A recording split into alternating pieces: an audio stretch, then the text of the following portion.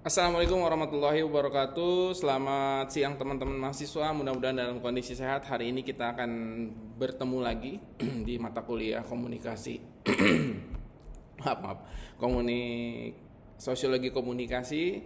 Ini adalah pertemuan ke-11. Kita akan berbicara tentang komunikasi dalam budaya dan masyarakat antar budaya, ya.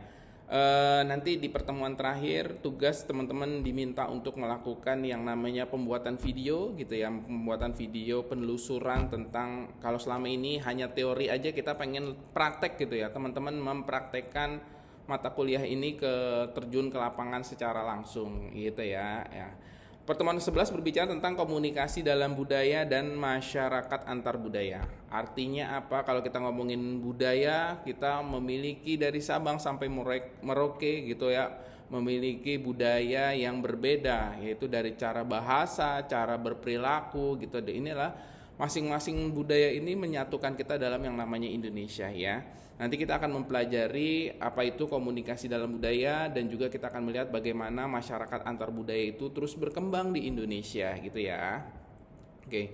Lalu pertanyaannya adalah pengertian komunikasi antar budaya dulu. Apa itu komunikasi antar budaya? Komunikasi antar budaya adalah proses komunikasi yang terjadi antara individu atau kelompok yang memiliki latar belakang budaya yang berbeda, seperti perbedaan bahasa, nilai, norma, kebiasaan, dan cara pandang. Nah, ini adalah pengertian komunikasi antar budaya. Kalau kita misalnya tinggal di Jakarta, itu jauh lebih mudah mencari perbedaan itu ya. Ada orang dari Sumatera datang ke Jakarta, ada orang dari Jawa datang ke Jakarta, ada orang dari Kalimantan, ada orang dari Sulawesi, ada dari Papua datang ke Indonesia. Mereka punya cara bahasa yang berbeda, mereka punya cara berperilaku yang berbeda, tapi itu adalah menunjukkan kemajemukan tentang Indonesia. Jadi kalau kita berbicara tentang komunikasi antar budaya, kan kita ngomongin komunikasi, berarti kita akan melihat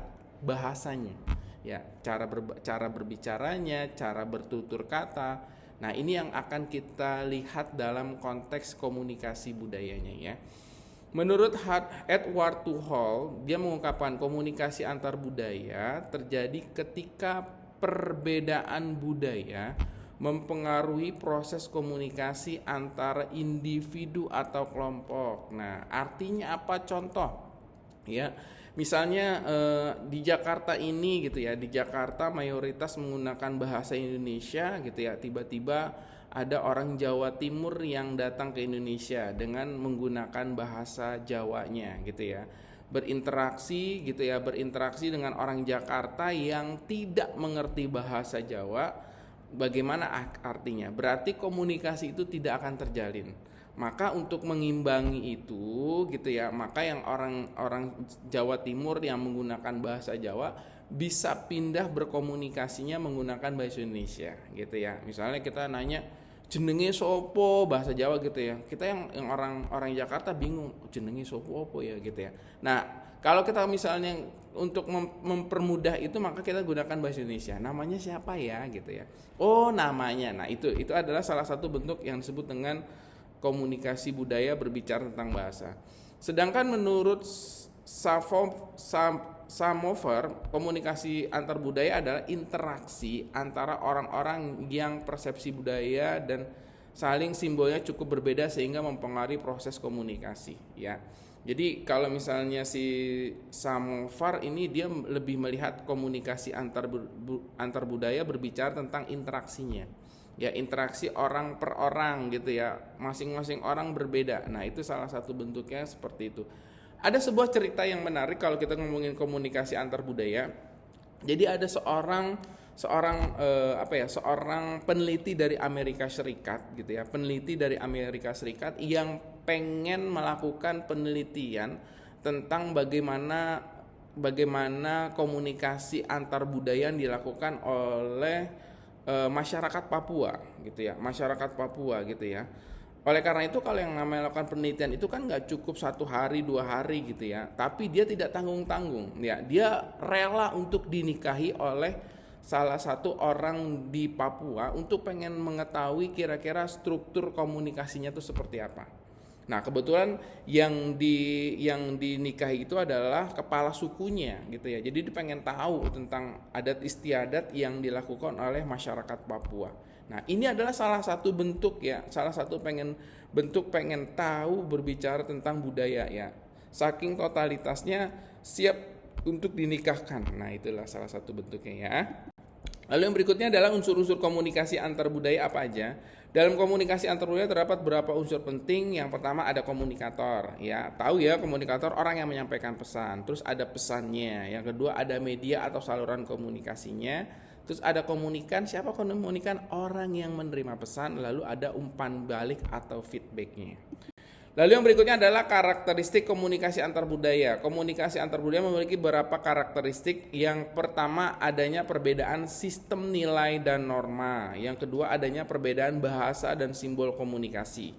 Yang berikutnya adanya perbedaan persepsi terhadap suatu pesan. Yang keempat, komunikasi sering mengalami misinterpretasi atau kesalahpahaman. Ya, ini adalah keunikan gitu ya, keunikan kalau kita berbicara tentang komunikasi antar budaya ya. Perbedaan simbol, perbedaan bahasa itu tidak menjadi sesuatu hal yang menjadi sebuah konflik, tapi adalah menjadikan kita paham dengan struktur yang ada gitu ya. Nah, ini adalah karakteristik dari komunikasi antar budaya. Berbeda-beda artinya gitu ya, berbeda-beda bahasa, simbol, sistem persepsi, dan juga ini menyatukan kita dalam satu bahasa yang satu tujuan gitu ya. Lalu hambatan dalam komunikasi antar budaya itu apa? Ya, beberapa hambatan yang sering terjadi dalam komunikasi antar budaya adalah pertama adalah perbedaan bahasa ya. Jelas perbedaan bahasa gitu ya. Kalau kita ngelihat, kalau kita teliti gitu ya, misalnya orang Sumatera gitu ya yang tegas, keras kalau berbicara tapi hatinya lembut gitu ya. Beda misalnya dengan orang Jawa yang lebih lembut gitu ya, lebih lembut, lebih sopan gitu ya. Nah, itu adalah caranya, berbeda-beda tapi kita tetap satu. Intinya sama gitu ya. Maka banyak orang Jawa nikah dengan orang Sumatera. Nah, ini adalah salah satu percampuran dalam konteks komunikasi antar budaya ya. Lalu yang berikutnya adanya hambatan dalam komunikasi antar budaya ada stereotip. Artinya penilaian terhadap kelompok tertentu berdasarkan persepsi umum. Nah, misalnya gini, orang Jawa, wah orang Sumatera kalau ngomong keras-keras gitu ya, galak-galak katanya. Artinya galak-galak. Enggak, memang struktur yang terjadi orang-orang Sumatera itu kalau ngomong memang keras ya, tapi hatinya itu adalah baik. Nah, itu adalah salah satu bentuknya gitu ya. Terus ada bilang orang Jawa lembut banget, berarti lama. Oh, belum tentu gitu ya. Orang Jawa yang kalau ngomong agak lembut berarti bukan cara kerjanya lambat, tapi juga punya karakter. Jadi itu yang namanya stereotip. Jadi tidak boleh kita melakukan yang namanya stereotip, yaitu adalah berprasangka buruk atau kita mempersepsikan sesuatu hal dengan objektivitas kita. Nah, gitu nggak boleh. Makanya teman-teman harus melakukan penelitian, jangan melakukan stereotip. Artinya apa? Kita coba pahami dulu gitu teman-teman kita gitu ya. Ada yang namanya selain itu juga etnosentrisme, artinya adalah sikap menganggap budaya sendiri lebih baik dibandingkan budaya. Oh, tidak ya, tidak. Nah, ini bahaya nih, ya. Etnosentrisme gitu ya. Belum tentu orang yang menganggap suatu budaya, misalnya orang Jawa menganggap Jawa lebih penting, enggak gitu ya. Sumatera lebih penting, enggak juga. Kalimantan enggak juga. Jadi jangan menganggap hal tersebut ya. Kita adalah sesuatu hal, semua punya kelebihan dan juga kekurangan ya. Lalu apalagi karakteristiknya yang membedakan adalah perbedaan nilai dan norma. Artinya setiap budaya memiliki aturan atau nilai sosial yang berbeda ya, aturan-aturan yang berbeda nih gitu ya. Nah, kemarin kalau nggak salah saya pernah jalan-jalan gitu ya, liburan ke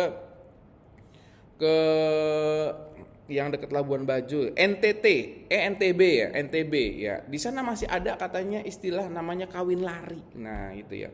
Kalau istilah kita mungkin orang Jakarta akan mengatakan, wah yang namanya kawin lari orang dibawa lari gitu.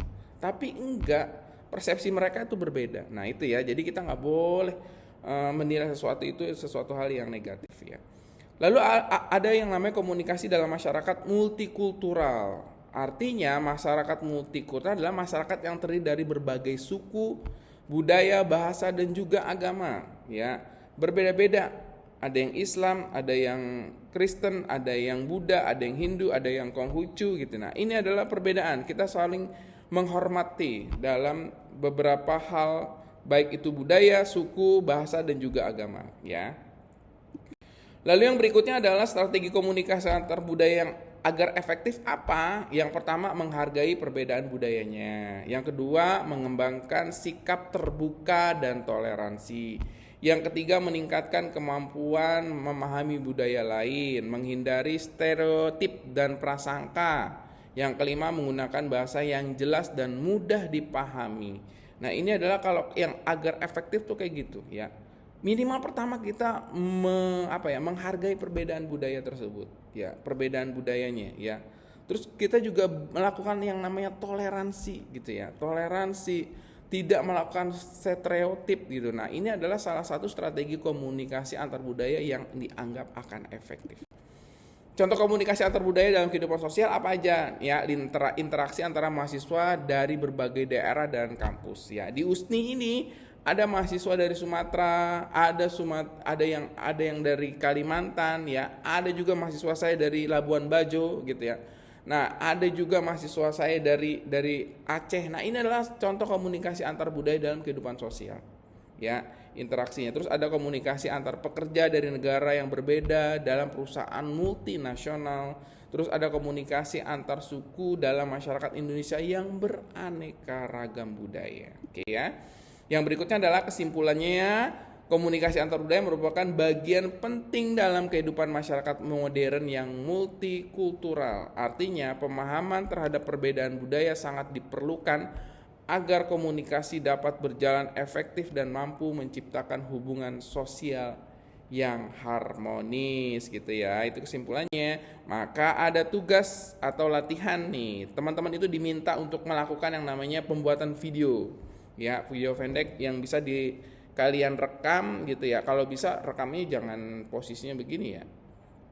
Jadi landscape, jadi biar nanti pas di style tuh luas gitu ya, nggak portrait ya. Apa yang harus dilakukan adalah minimal kalian kan tinggal nih di suatu RT ya. Pasti di dalam suatu RT itu kalian harus mencari kira-kira ada berapa perbedaan budayanya ya. Perbedaan budayanya nih yang harus kita cari nih ya. Misalnya kalian tinggal di RT 1 RW 10 ya, RT 1 RW 10. Nah, kalau menurut kalian di situ ada suku apa aja? Ada budaya apa aja gitu ya? Ada bahasa daerah apa aja? Nah, itu yang harus dijelaskan ya. Nah, makanya setelah kalian menemukan itu, lakukan sesi wawancara.